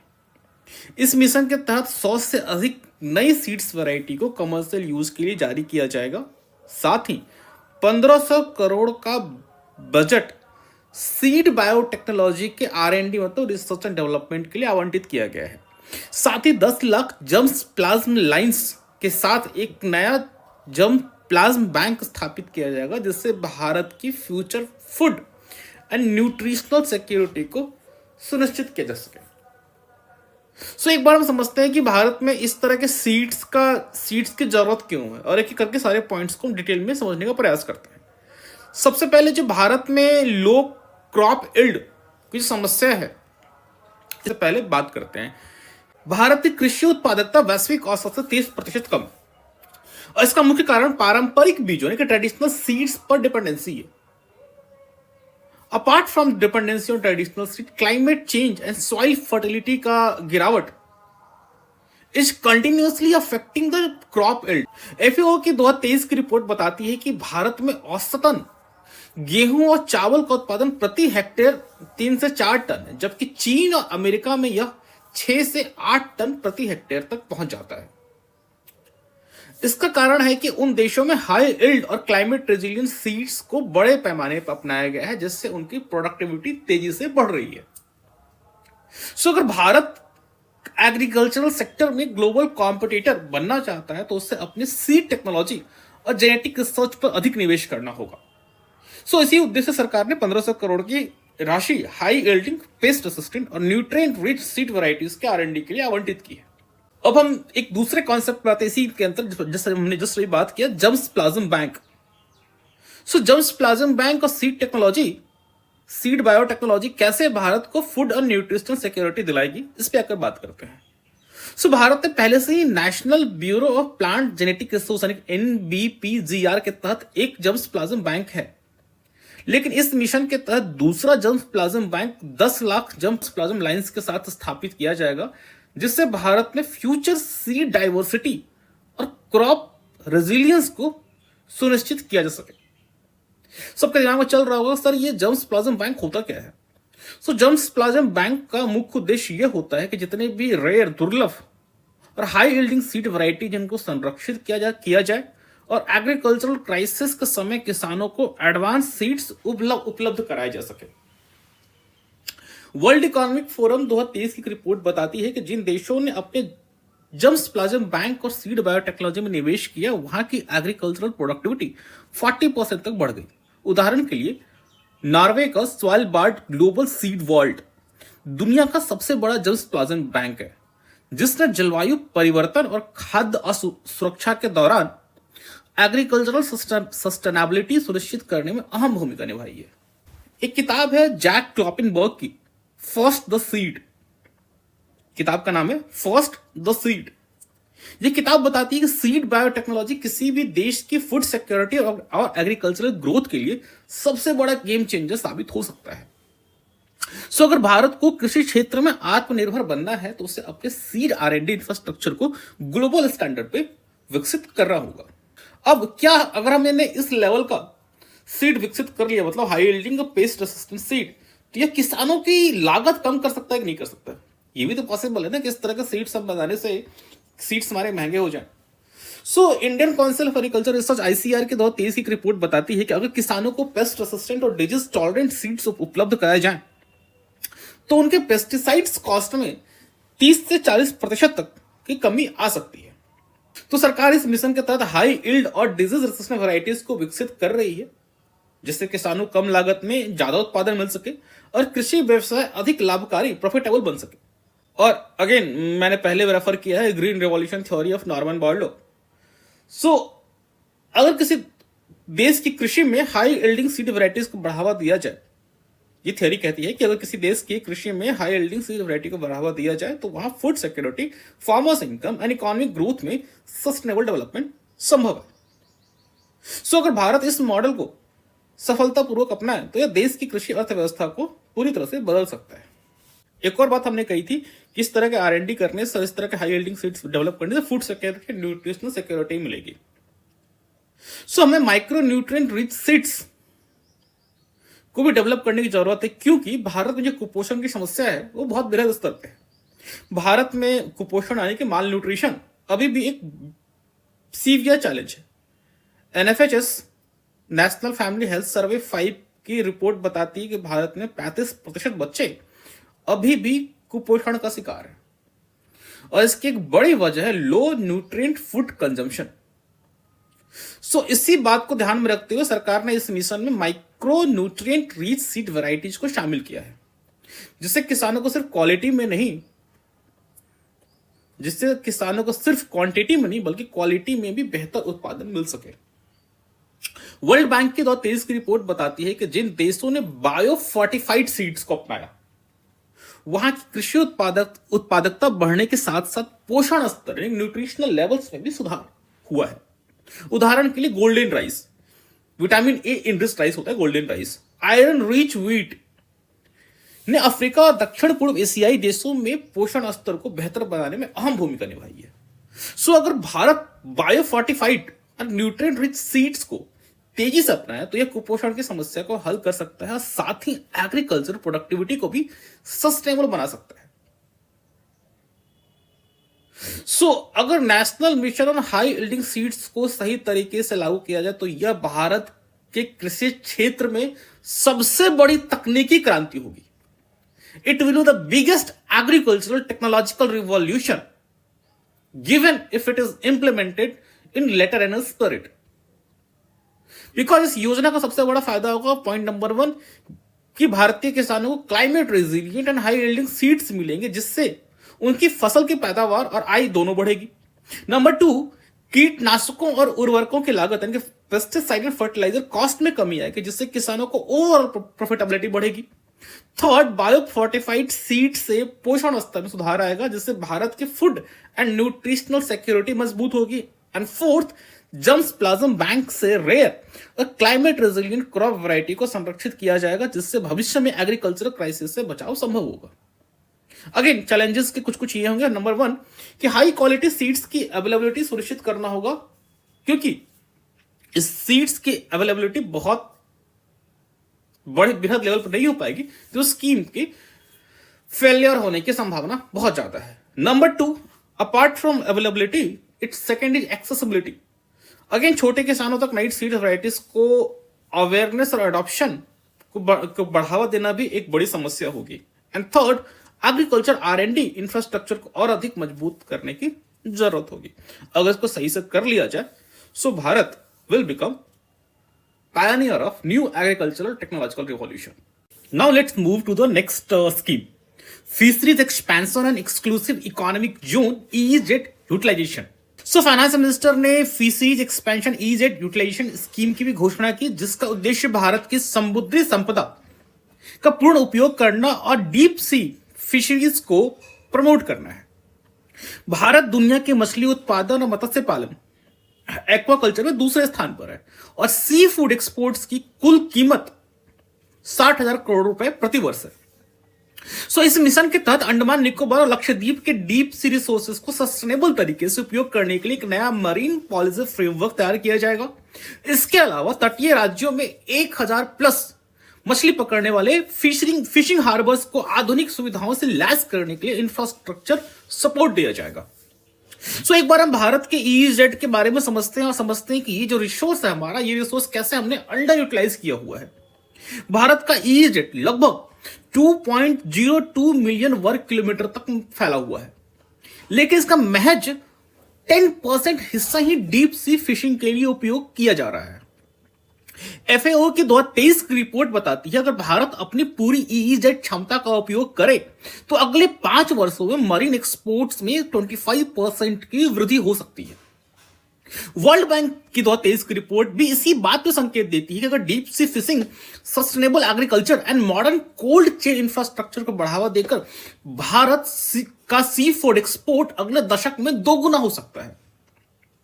वहीं पर अगर हम दूसरे देशों का एग्जांपल लें लाइक चाइना एंड नॉर्वे, तो चाइना एंड नॉर्वे जैसे देशों ने अपने EEZ का पूरा उपयोग करके ग्लोबल फिशरीज मार्केट में डोमिनेंट पोजीशन हासिल की है। चीन ने exclusive deep sea fishing zones विकसित किए हैं और अपने कोस्टल इंफ्रास्ट्रक्चर को मजबूत किया है जिससे वो ग्लोबल सी फूड ट्रेड में सबसे आगे पहुंच गया। सो जिस तरह से सरकार ने इस डीप सी फिशिंग और न्यू मरीन पॉलिसी को लाने का विचार किया है तो ये भारत के ब्लू इकोनॉमी का जो ड्रीम है ब्लू इकोनॉमी को प्रमोट करना उसको भी फुलफिल कर सकता है। आइए समझते हैं कैसे। भारत का कोस्टल फिशरी सेक्टर अब तक मुख्य रूप से शैलो वाटर फिशिंग तक ही सीमित रहा है लेकिन इस नीति के तहत डीप सी फिशिंग को इंस्टीट्यूशनल सपोर्ट मिलेगा। इस मिशन के तहत अंडमान निकोबार लक्षद्वीप में सस्टेनेबल फिशरीज के लिए एक नई मरीन पॉलिसी तैयार की जाएगी जिससे डीप सी फिशिंग टेक्नोलॉजी को बढ़ावा दिया जाएगा और कोस्टल स्टेट्स में हाई वैल्यू मरीन स्पीसीज का उत्पादन बढ़ाया जाए। इसी संदर्भ में OECD यानी organisation for economic cooperation and development के 2023 की रिपोर्ट बताती है कि डीप सी फिशिंग में भारत की हिस्सेदारी अभी भी ग्लोबल स्टैंडर्ड्स की तुलना में काफी कम है। अगर सरकार इस सेक्टर में modern fishing vessels, GPS enabled tracking system और AI based marine resource mapping की तकनीकों को शामिल करे तो यह इनिशिएटिव डेफिनेटली ब्लू इकोनॉमी के लिए एक बड़ी छलांग साबित हो सकती है।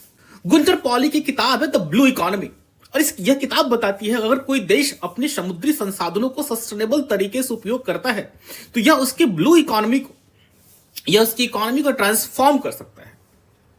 सो भारत को भी deep sea fishing, marine biotechnology and sustainable aquaculture पर ध्यान देना होगा ताकि यह क्षेत्र की लॉन्ग टर्म ग्रोथ इंजन बन सके। और इस चीज के लिए हमें एक और जिस चीज पे काम करने की जरूरत है वो fishing infrastructure cold chain expansion. हमने अभी भी फ्रूट एंड वेजिटेबल्स में बात किया था पोस्ट हार्वेस्ट लॉसेस का, same problem is also here. Bharat में मछली के फिशिंग, कैप्चर्ड फिशिंग यानी कि मछली पकड़े जाने के बाद जो पोस्ट हार्वेस्ट लॉसेस है वो 30% तक है, जिसका मुख्य कारण अगेन कोल्ड चेन इंफ्रास्ट्रक्चर और प्रोसेसिंग फैसिलिटीज की कमी है। सो आईसीआर की एक रिपोर्ट बताती है, इसी संदर्भ में Indian council of agriculture research के द्वारा इसकी रिपोर्ट बताती है कि भारत में अधिकांश कोस्टल फिशिंग कम्युनिटीज अब भी ट्रेडिशनल स्टोरेज सिस्टम का उपयोग करती है, जिससे उनका कैच यानी पकड़ बहुत जल्द खराब हो जाता है और उन्हें औसत से कम दामों पर मछली बेचनी पड़ती है। इसी समस्या को हल करने के सरकार ने कोल्ड चेन एक्सपेंशन और 1000 से अधिक फिशिंग हार्बर्स को आधुनिक सेवाओं से लैस करने की योजना बनाई है। इससे प्रोसेसिंग और एक्सपोर्ट्स के लिए high quality frozen sea food को स्टोर करना संभव होगा, जिससे भारतीय मछली उत्पादों को ग्लोबल कॉम्पिटिटिवनेस भी मिलेगी। उदाहरण के लिए नॉर्वे, जापान और अमेरिका ने अपने फिशिंग इंफ्रास्ट्रक्चर को मजबूत करके पोस्ट हार्वेस्ट लॉसेस को 10% से भी कम कर लिया है।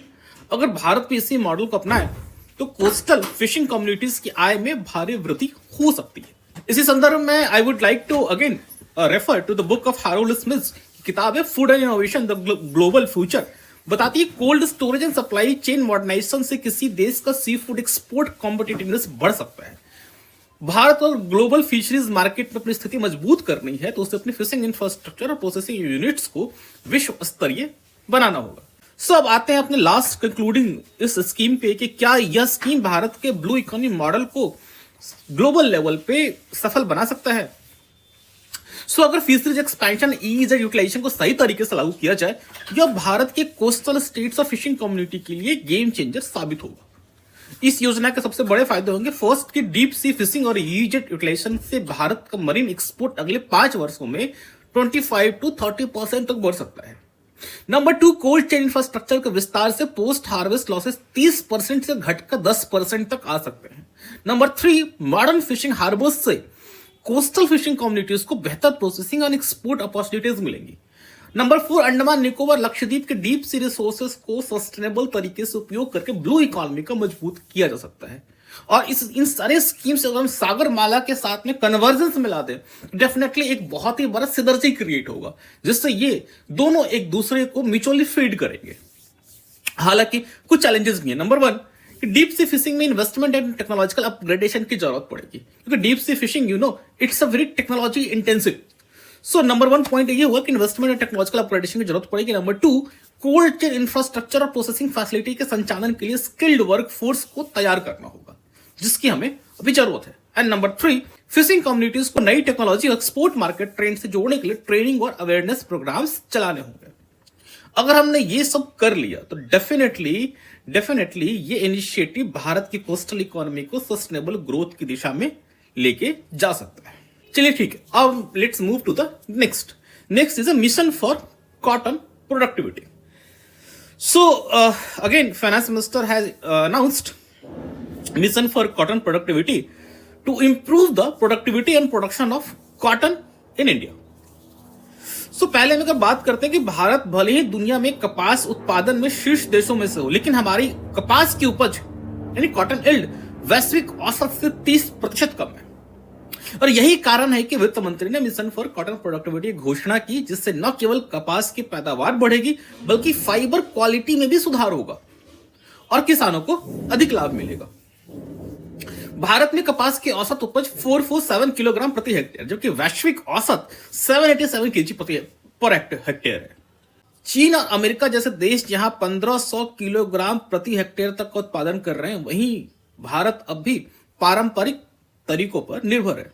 सरकार अब इसे बदलने की तैयारी कर रही है। अगले 5 वर्षों में कपास उत्पादन को बढ़ाने के लिए नई हाइब्रिड किस्म मतलब हाइब्रिड सीड वेराइटीज और मॉलिक्यूलर मार्कर्स टेक्नोलॉजी का इस्तेमाल किया जाएगा, जिससे फसलों को कीटों से बचाया जा सके और उत्पादन लागत कम हो। लेकिन सवाल यह है कि भारत अब तक कपास उत्पादन में इतना पीछे क्यों है? तो दुनिया के सबसे बड़े कपास उत्पादक में होने के बावजूद भारत किसान अब भी कम उत्पादन के साथ संघर्ष कर रहे हैं। इसका बड़ा कारण यह है कि कई किसान पारंपरिक बीजों यानी कि ट्रेडिशनल सीड्स का इस्तेमाल कर रहे हैं, जो न केवल कम उपज देता है बल्कि कीटों और बीमारियों के प्रति अधिक वल्नरेबल है। और जो सबसे ज्यादा कॉटन को जो बीमारी परेशान करती है, जो कीट, वो है पिंक बॉलवॉ, इसको हिंदी में गुलाबी सुंडी भी कहते हैं। जैसी बीमारियों ने भारतीय कपास किसानों को भारी नुकसान पहुंचाया है और हर साल 20 से 30% कपास उत्पादन कीटों के कारण बर्बाद हो जाता है। इस समस्या से निपटने के लिए सरकार ने मॉडर्न हाइब्रिड बीजों और जीन एडिटिंग टेक्नोलॉजी का उपयोग करने की योजना बनाई है, जिससे कपास की पैदावार बढ़ाई जा सके और पेस्ट इन्फेस्टेशन की समस्या से छुटकारा मिल सके। अमेरिकी और ब्राजील किसान पहले से ही इन तकनीकों का लाभ उठा रहे हैं और उनकी उपज 25 to 30% तक बढ़ गई है। अगर भारत भी सही दिशा में कदम बढ़ाए तो कपास किसानों की उत्पादन लागत घट सकती है और आमदनी भी बढ़ सकती है। हमारे इस कॉटन प्रोडक्टिविटी से जो एक और प्रश्न यहां उभर के आता है, क्या हमारे इस तरह के कॉटन प्रोडक्टिविटी से क्या अपने यहाँ का जो प्रीमियम टेक्सटाइल उद्योग है वो सेल्फ रिलायंट हो सकता है? तो आइए समझते हैं। जो भारत की टेक्सटाइल इंडस्ट्री दुनिया का सबसे बड़ा है, लेकिन इसके बावजूद हम प्रीमियम फैब्रिक बनाने के लिए एक्स्ट्रा लॉन्ग स्टेपल कॉटन का अभी भी इंपोर्ट करते हैं। यह वही कपास है जिसका उपयोग लग्जरी कपड़े and high and textile products में किया जाता है। भारत हर साल बड़ी मात्रा में ईएलएस कॉटन अमेरिका, मिस्र और ऑस्ट्रेलिया से खरीदता है। फॉर एग्जांपल गाजा कॉटन, क्योंकि यहां इसकी खेती कम होती है। सोचिए, अगर अपनी जरूरत का प्रीमियम कॉटन खुद उगाने लगे तो भारत का कपड़ा उद्योग और तेजी से बढ़ सकता है और हमारे टेक्सटाइल एक्सपोर्ट को एक नई ऊंचाई मिल सकती है। सरकार की इस योजना में ईएलएस कॉटन की खेती को बढ़ावा देने पे विशेष जोर दिया गया है। किसानों को हाई क्वालिटी हाइब्रिड सीड्स और सही प्रशिक्षण मिलेगा, जिससे वो बेहतर किस्म के कपास उगा सकेंगे। इससे न केवल किसानों का इनकम में इजाफा होगा, बल्कि भारत के टेक्सटाइल कंपनियों को बेहतर गुणवत्ता का कच्चा माल अपने ही देश में प्राप्त हो जाएगा। So again this will be part of India self reliant जो इनिशिएटिव है, इसमें हमें बेनिफिट मिलेगा। Now coming to the second aspect की कपास उत्पादन और टेक्सटाइल एक्सपोर्ट एक दूसरे के साथ जुड़े हुए हैं। भारत का टेक्सटाइल निर्यात पिछले 2 दशकों में $35 बिलियन पर अटका हुआ है, जबकि बांग्लादेश और वियतनाम ने अपने टेक्सटाइल इंडस्ट्री को दुगना कर लिया है। सो कंटिन्यूअसली बांग्लादेश और वियतनाम ने भारत के टेक्सटाइल इंडस्ट्री को बहुत हाई कंपटीशन दे रहे हैं। In fact many segment they have over powered us, हमसे आगे भी निकल रहे हैं। तो वियतनाम और बांग्लादेश ने अपनी फैक्ट्रियों को पूरी तरह से निर्यात पे केंद्रित किया और हाई वैल्यू फैब्रिक और रेडीमेड गारमेंट्स के उत्पादन पर जोर दिया। अगर भारत को इस दौर में बने रहना है तो हमें उच्च गुणवत्ता वाले कपास के उत्पादन पर अधिक ध्यान देना होगा और इसके बिना भारतीय कपड़ा उद्योग अंतर्राष्ट्रीय बाजार में पीछे पड़ सकता है। तो सरकार के इस पहल के तहत कपास की गुणवत्ता सुधारने, पेस्ट असिस्टेंट वैरायटीज को बढ़ावा देने और प्रोसेसिंग यूनिट्स को मजबूत करने पर ध्यान दिया जाएगा। नाउ इससे किसानों की आय कैसे बढ़ेगी? क्योंकि कपास से खेती में लाखों भारतीय किसान जुड़े हुए हैं, लेकिन उन्हें इनके उत्पाद का सही मूल्य नहीं मिल पाता। पेस्टिसाइड्स, पानी की अधिक खपत की वजह से लागत बढ़ जाती है, जिससे उनके आमदनी कम हो जाती है। और इस मिशन में नए बीज और सस्टेनेबल फार्मिंग मेथड्स के अपनाने पर जोर दिया गया, जिससे किसानों की लागत घटेगी और उत्पादन बढ़ेगा। सरकार की योजना है कि उच्च गुणवत्ता वाले कपास को प्रोसेस करके उसे सीधे निर्यात बाजार से जोड़ा जाए, ताकि किसानों को उनके उत्पाद का सही दाम मिल सके। अगर हम वैश्विक उदाहरण देखें तो अमेरिका और चीन ने अपनी कॉटन सप्लाई चेन को बेहतर बनाकर किसानों की आमदनी में 40% तक का इजाफा किया है। अगर भारत भी इस दिशा में कदम बढ़ाए तो यह कपास किसानों के लिए बहुत बड़ा बदलाव ला सकता है। लेट्स कंक्लूड कि अगर मिशन फॉर कॉटन प्रोडक्टिविटी को सही ढंग से लागू किया जाए तो यह भारतीय कपास क्षेत्र के लिए क्रांतिकारी कदम साबित हो सकता है। इससे न केवल किसानों की आमदनी बढ़ेगी, बल्कि भारत की टेक्सटाइल इंडस्ट्री को अंतर्राष्ट्रीय बाजार में मोर कॉम्पिटिटिव बनने का मौका मिलेगा। आइए फिर एक और महत्वपूर्ण घोषणा की तरफ बढ़ते हैं, जिसमें किसान क्रेडिट कार्ड के लोन देने की सीमा में एक बड़ा फेरबदल किया गया है। भारतीय किसान, मछुआरे और डेयरी फार्मर सालों से एक बड़ी समस्या से जूझ रहे हैं, वो है सस्ते और आसानी से मिलने वाले कर्ज में कमी। बैंकों की जटिल प्रक्रिया और गारंटी की अनिवार्यता ने छोटे किसानों को साहूकारों को चंगुल में फंसा दिया है, जहां बहुत अधिक ब्याज दरों पे 30-35%, कभी कभी तो ये 60-70% तक पहुंच जाता है। उतने हाई ब्याज दरों पे उन्हें लोन मिलता है। अब सरकार ने इस समस्या को हल करने के लिए किसान क्रेडिट कार्ड की सीमा 3 लाख से बढ़ा के 5 लाख कर दिया है, जिससे लगभग 7.7 करोड़ किसानों, मछुआरों और डेयरी उत्पादकों को आसान और सस्ता कृषि ऋण मिल सकेगा। अब सवाल उठता है कि क्या यह योजना वास्तव में किसानों की जिंदगी बदल सकती है या सिर्फ एक और सरकारी घोषणा बनकर रह जाएगी। तो पहले यह समझते हैं कि यह योजना आखिर कितनी बड़ी है। भारत के 45% छोटे किसान अभी भी इनफॉर्मल लेंडिंग पर डिपेंडेंट है। जैसा कि मैंने पहले बताया, ये इनफॉर्मल लेंडिंग वाले मनमाने ब्याज दरों पे कर्ज देते हैं। नाबार्ड की रिपोर्ट के हिसाब से ग्रामीण इलाकों में साहूकार किसानों को 30 से 35% तक के ब्याज दरों पे उधार देते हैं, जो कि इंस्टीट्यूशनल बैंकिंग के कंपैरिजन में बहुत ज्यादा है। इंस्टीट्यूशनल बैंकिंग हार्डली आपको 7 to 8% के ब्याज दर पे आपको लोन देता है। सो अगर किसान को केसीसी के जरिए यह ऋण आसानी से मिल जाए तो उनकी लागत घट जाएगी, मुनाफा बढ़ जाएगा। पर सवाल असली यह है, क्या बैंक इतने किसानों को इतनी आसानी से कर्ज देंगे? तो अभी तक का अनुभव यह बताता है कि किसानों को बैंकिंग प्रक्रियाओं में सबसे ज्यादा परेशानी होती है। लोन अप्रूवल में डिले, डॉक्यूमेंट्स की कॉम्प्लेक्सिटी, बार बार बैंक का चक्कर लगाना, ये समस्याएं अभी भी बनी हुई हैं। अगर सरकार चाहती है कि यह योजना जमीन पर सही से लागू हो तो उसे बैंकिंग सिस्टम को आसान और किसान फ्रेंडली बनाना पड़ेगा। सो इस बार योजना में एक और नई बात जोड़ी गई है कि कृषि आधारित सूक्ष्म उद्योग माइक्रो एंटरप्राइजेस के लिए कस्टमाइज क्रेडिट कार्ड। इसका मतलब यह है कि जो किसान अपने खेत से आगे बढ़कर food processing, cold storage, agri startup से डेयरी व्यवसाय में जाना चाहते हैं तो उन्हें अब 5 लाख तक का सस्ता कर्ज मिल सकता है। अगर इसे सही से लागू किया जाए तो यह सिर्फ खेती तक सीमित नहीं रहेगा, बल्कि गांव में छोटे छोटे कृषि आधारित स्टार्टअप्स को भी जन्म देगा। सो इस तरह से अगर हमने किसान क्रेडिट कार्ड के जो हमने सीमा बढ़ाई है लोन देने के, उसके साथ साथ अगर हमने इसकी रीच और एक्सेसिबिलिटी और इसे अपना फार्मर फ्रेंडली बना दिया और हमने कोशिश किया कि जो बैंक सेक्टर्स को, फॉर्मल इंस्टीट्यूशनल सेक्टर्स को टारगेट किया जाता है, सो टारगेट में हम इस बात को कैटेगराइज कर दें कि स्मॉल एंड मार्जिनल फार्मर्स का शेयर 60 to 70% होना चाहिए इन टोटल लेंडिंग। सो हमें इसका आपको ज्यादा बेनिफिट देखने को मिलेगा on the ground. So let's move to the next section. Next section है कि गवर्नमेंट ने अनाउंस किया है कि in Assam they will open a new urea plant to make India self reliant. ठीक है, आइए फिर इसको भी थोड़ा विस्तृत रूप समझते हैं कि भारत हर साल लाखों टन यूरिया का आयात करता है, जिसे सरकार को भारी विदेशी मुद्रा खर्च करनी पड़ती है और किसानों के लिए जरूरी इनपुट भी है, लेकिन इसकी कीमत और अवेलेबिलिटी हमेशा चिंता का विषय बना रहता है। यही कारण है कि सरकार ने असम के नमरूप में एक नया गैस आधारित अमोनिया यूरिया संयंत्र स्थापित करने का फैसला लिया है, जिसकी वार्षिक उत्पादन क्षमता 12.7 लाख टन होगी। अब सवाल उठता है कि आखिर यह संयंत्र इतना महत्वपूर्ण क्यों है? असल में भारत की कृषि व्यवस्था यूरिया पर बहुत अधिक डिपेंडेंट है। फर्टिलाइजर एसोसिएशन ऑफ इंडिया की रिपोर्ट बताती है कि देश में हर साल लगभग 35 मिलियन टन यूरिया की जरूरत होती, लेकिन घरेलू उत्पादन इससे बहुत कम है। यही वजह है कि भारत को हर साल 7 मिलियन टन यूरिया आयात करना पड़ता है, जिससे सरकार को 35,000 करोड़ की विदेशी मुद्रा खर्च करनी पड़ती है। सो अगर इस संयंत्र के शुरू होने से घरेलू उत्पादन बढ़ता है तो इसका सीधा असर किसानों की लागत और देश की खाद्य सुरक्षा पर पड़ेगा। स्थानीय उत्पादन से किसानों को यूरिया सस्ते दाम पर उपलब्ध होगा और सरकार को महंगे आयात पर खर्च भी नहीं करना पड़ेगा।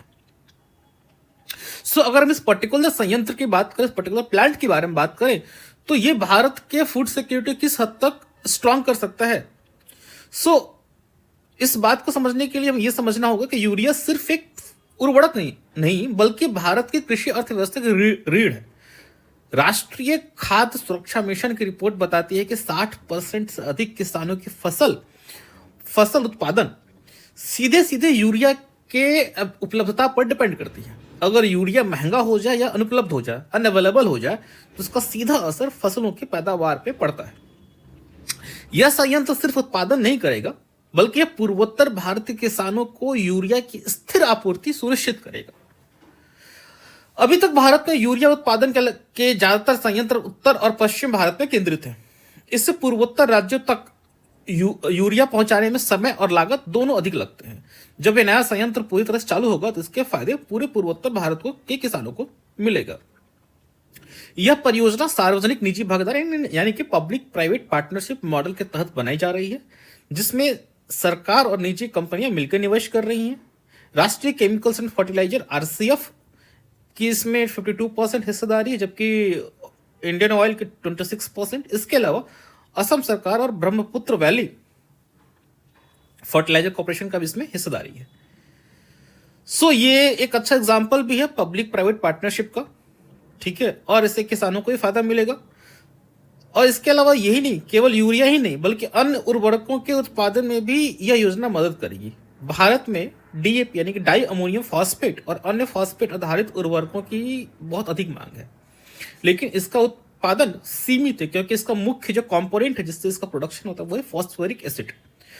और सरकार ने इस समस्या को हल करने के लिए फॉस्फेरिक एसिड पे जो आयात शुल्क यानी इंपोर्ट ड्यूटी लगता है उसको 20% से घटाकर 7.5% कर दिया है। सो इससे क्या होगा, इससे फायदा ये होगा कि अब फर्टिलाइजर कंपनियां कम लागत में कच्चा माल खरीदेंगी, जिससे किसानों को सस्ता खाद मिलेगा। फर्टिलाइजर इंडस्ट्री की एक रिपोर्ट बताती है, 2023 की रिपोर्ट है, अगर फास्फोरिक एसिड की लागत घटाई जाती है तो डीएपी और अन्य उर्वरकों की कीमत में 10 से 15% तक की गिरावट मिलेगी। एंड डेफिनेटली अगर दाम में कमी होगी तो इसका डायरेक्ट बेनिफिट किसानों को मिलेगा। सो अगर ये योजना हमारी सही तरीके से काम करती है तो डेफिनेटली ये इंडिया को फर्टिलाइजर में सेल्फ रिलायंस के स्थिति में पहुंचाने में एक बहुत बड़ा माइलस्टोन स्टेप साबित होगा। इसके अलावा हमारे विदेशी मुद्रा पे जो खर्च होने रहे हैं 35,000 करोड़ रुपए खर्च, उसमें भी कमी आएगी। प्लस इसके अलावा पूर्वोत्तर भारत में, नॉर्थ ईस्टर्न इंडिया में इस परियोजना के थ्रू हजारों नौकरियां भी जनरेट होंगी। इसके लिए we need more, because to run such a big plant we need so many technical experts, engineers, machine operators and so many employees. So इससे असम और आसपास के राज्यों में इंडस्ट्रियलाइजेशन को भी बढ़ावा मिलेगा, ठीक है। सो अगर इस संयंत्र को सही समय पे पूरा कर लिया जाता है, सही पूरी क्षमता से चलाया जाता है, तो यह भारत की कृषि अर्थव्यवस्था की एक गेम चेंजर साबित होगा। लेकिन अगर यह परियोजना भी अन्य सरकारी औद्योगिक परियोजनाओं की तरह देरी और नौकरशाही, लाल फीताशाही की बाधाओं में फंस के रह गई, यह एक और मिस्ड अपॉर्चुनिटी बन सकता है। और अब आइए आते हैं last but not list, one of the most important initiative, वो है इंडिया पोस्ट को ग्रामीण अर्थव्यवस्था के साथ लिंक करने की योजना। अब समझते हैं इसका संदर्भ समझते हैं कि भारत में गांवों की अर्थव्यवस्था अब भी कई चुनौतियों से जूझ रहा है। लाखों किसान, छोटे व्यापारी और कारीगर अपनी मेहनत से उत्पादन तो करते हैं, लेकिन उनकी सबसे बड़ी समस्या है कि उनके उत्पादन सही बाजार तक नहीं पहुंच पाते। बाजार तक पहुंचते भी हैं तो उनका फेयर जेन्युइन इनका शेयर होना चाहिए, जो कंज्यूमर ने पे किया प्राइस में, वो उन्हें नहीं मिल पाता। बैंकिंग सेवाएं अभी भी गांवों के बड़े हिस्से तक नहीं पहुंची हैं, जैसे जस्ट मैंने बताया। इनफॉर्मल लेंडिंग बहुत बड़े स्तर पे है। तो सरकार ने इन सभी चीजों को दूर करने के लिए सरकार ने इंडिया पोस्ट को ग्रामीण बैंकिंग और ई कॉमर्स एक नए केंद्र में बदलने की योजना बनाई है। यह सिर्फ एक डाक सेवा नहीं रहेगा, बल्कि यह एक ऐसा प्लेटफॉर्म बनने जा रहा है जो गांवों को डिजिटल बैंकिंग, ऑनलाइन मार्केटिंग और लॉजिस्टिक सुविधाओं से जोड़ देगा। अब सवाल उठता है, यह कैसे संभव होगा? तो सरकार ने इंडिया पोस्ट पेमेंट्स बैंक यानी आईपीबी के तहत 10 लाख नए बैंक खाते खोलने का लक्ष्य रखा है, ताकि गांव के लोग औपचारिक बैंकिंग प्रणाली से जुड़ सके। आज भी भारत की 40% ग्रामीण आबादी बैंकिंग सेवाओं से वंचित है। गांव में बैंक की शाखाएं कम हैं और लोगों को छोटे छोटे लेन देन के लिए भी शहर जाना पड़ता है। इस वजह से साहूकारों और महंगे उधारदाताओं पे वो निर्भर हो जाते हैं। सो अगर इंडिया पोस्ट का पूरा नेटवर्क बैंकिंग के लिए इस्तेमाल किया जाए तो गांवों के लोग आसानी से अपने गांव में ही बैंकिंग सेवाओं का लाभ उठा सकेंगे। पोस्ट ऑफिस में जाकर बिना किसी झंझट खाता खुलवा सकते हैं, पैसे जमा कर सकते हैं, ट्रांसफर कर सकते हैं, लोन ले सकते हैं। इससे उन्हें इनफॉर्मल बैंकिंग का तो बेनिफिट मिलेगा ही मिलेगा और महंगे कर्ज से के चंगुल से ही बाहर आ सकेंगे।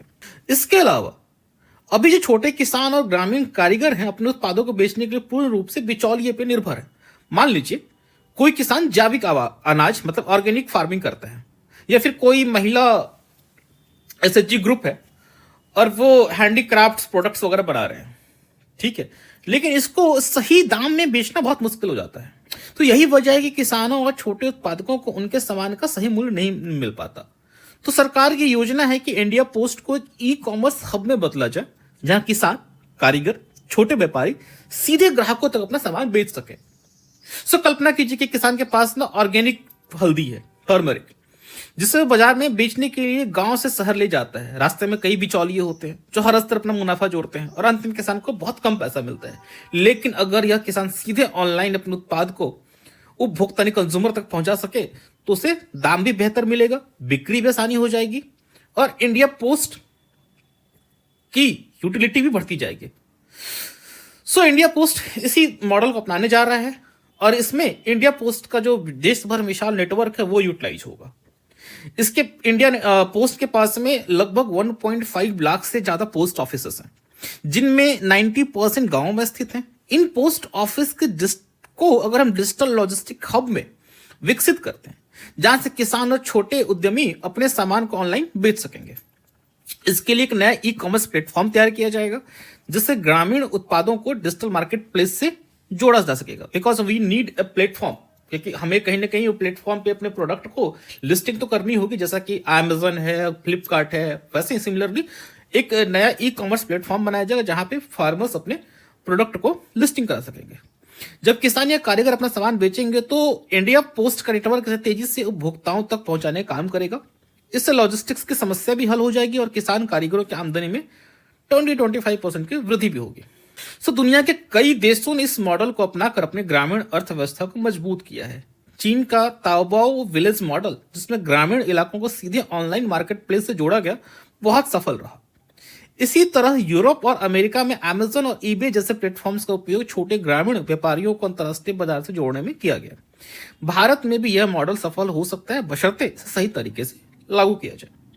सो अगर इंडिया पोस्ट का डिजिटल रूप से सफल होता है, so I am just concluding it, कि अगर इंडिया पोस्ट का डिजिटल रूप सफल होता है तो इसका सबसे बड़ा फायदा यह होगा कि गांव के लोग आसानी से बैंकिंग सेवाओं का लाभ उठा सकेंगे, किसानों और छोटे व्यापारियों को एक अस्थायी ई कॉमर्स प्लेटफॉर्म मिलेगा, ग्रामीण क्षेत्रों से शहरी बाजार तक सप्लाई चेन का विस्तार होगा, जिससे उत्पाद आसानी से ग्राहकों तक पहुंचेंगे।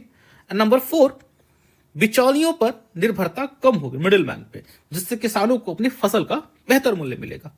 लेकिन इस योजना को सफल बनाने के लिए कुछ चुनौतियां भी हैं। सबसे पहली चुनौती होगी डिजिटल साक्षरता। अभी भी गांव में बहुत से लोग डिजिटल बैंकिंग और ई कॉमर्स से परिचित नहीं है। अगर सरकार ग्रामीण लोगों को डिजिटल लेन देन और ऑनलाइन व्यापार के लिए ट्रेनिंग दे तो यह समस्या हल हो सकती है। दूसरी बड़ी चुनौती होगी लॉजिस्टिक्स इंफ्रास्ट्रक्चर की। अगर गांव से उत्पादों को सही समय पर उपभोक्ताओं तक नहीं पहुंचाया जा सका तो यह पूरा मॉडल विफल हो सकता है। इसलिए इंडिया पोस्ट को अपने डिलीवरी सिस्टम को और अधिक तेज और प्रभावी बनाना होगा।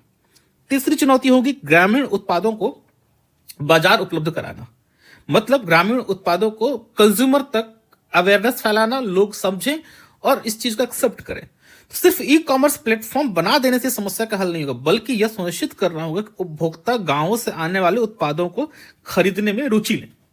लेकिन अगर इन चुनौतियों से निपट लिया गया तो यह योजना भारत की ग्रामीण अर्थव्यवस्था में क्रांतिकारी बदलाव ला सकता है। यह सिर्फ किसानों और छोटे व्यापारियों की आय बढ़ाने का साधन नहीं होगा, बल्कि यह गांवों को सेल्फ रिलायंट बनाने की दिशा में एक बहुत बड़ा कदम साबित होगा। तो इस तरह से हमने बजट में किस तरह से एग्रीकल्चरल रूरल डेवलपमेंट बात किया कि हमने वो मॉडल कंप्लीट करके this was the first engine of the growth. In next video, we will coming up with the second engine of growth, that is MSME, जिस पे सरकार ने बात किया है। Hope you like this video. Please share this video to as much as possible to the needy students.